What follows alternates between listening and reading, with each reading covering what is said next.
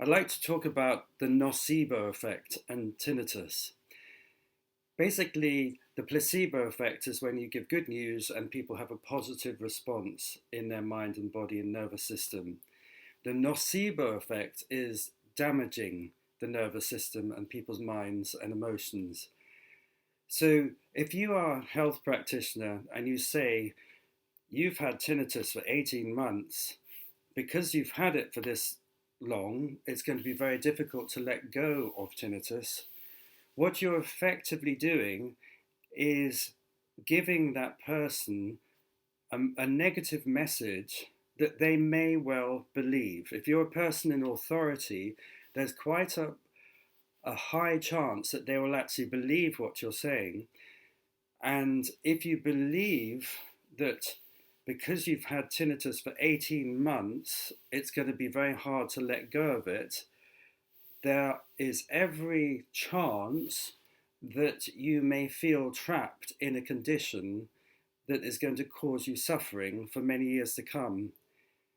Now, tinnitus is part of the central nervous system. It's incredibly sensitive and it's linked into our state of well-being or a state of nervousness. The fight or flight response can really send it through the roof. So if you're a health practitioner and you are effectively casting a spell on somebody, saying you're probably going to have this for many years to come, this is going to cause great stress. It could cause tinnitus to get much worse, and it could have very, very severe consequences.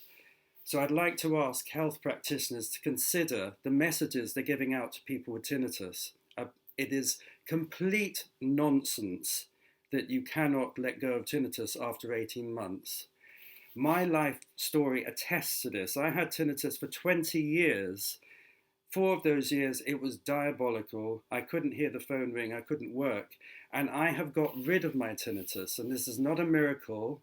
I'm not some weirdo. I'm somebody that's had steady therapeutic help in the form of cranial sacral therapy.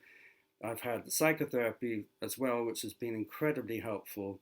And my tinnitus, when I turned it into my own personal healthometer, actually started guiding me back to good health. By that I mean, if it got worse, I paid attention to what I was doing, what I was subjecting myself to, what I was experiencing. For example, drinking too much coffee or having a really difficult time at work, for example. Or when my tinnitus backed off, I paid attention to what I was doing and actually realized that tinnitus was trying to help me. When it backs off, you're doing the right thing. When it gets worse, you're doing the wrong thing. Learn from this. Tinnitus is a very changeable, fluid thing.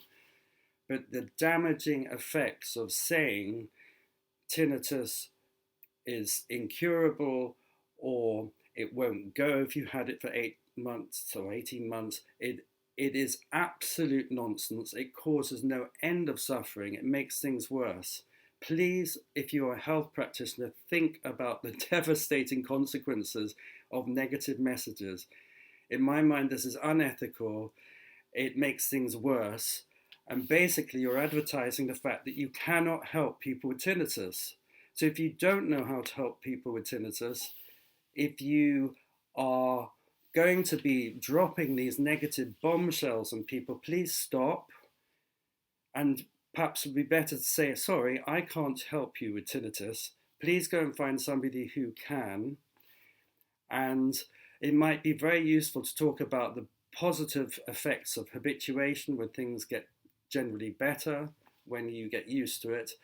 And it may be useful to send people towards therapists that can help people's nervous systems settle, which can help the mind settle, which can help all the perceptions stop being hypersensitive and hyperacute, which can help tinnitus ease off and back off.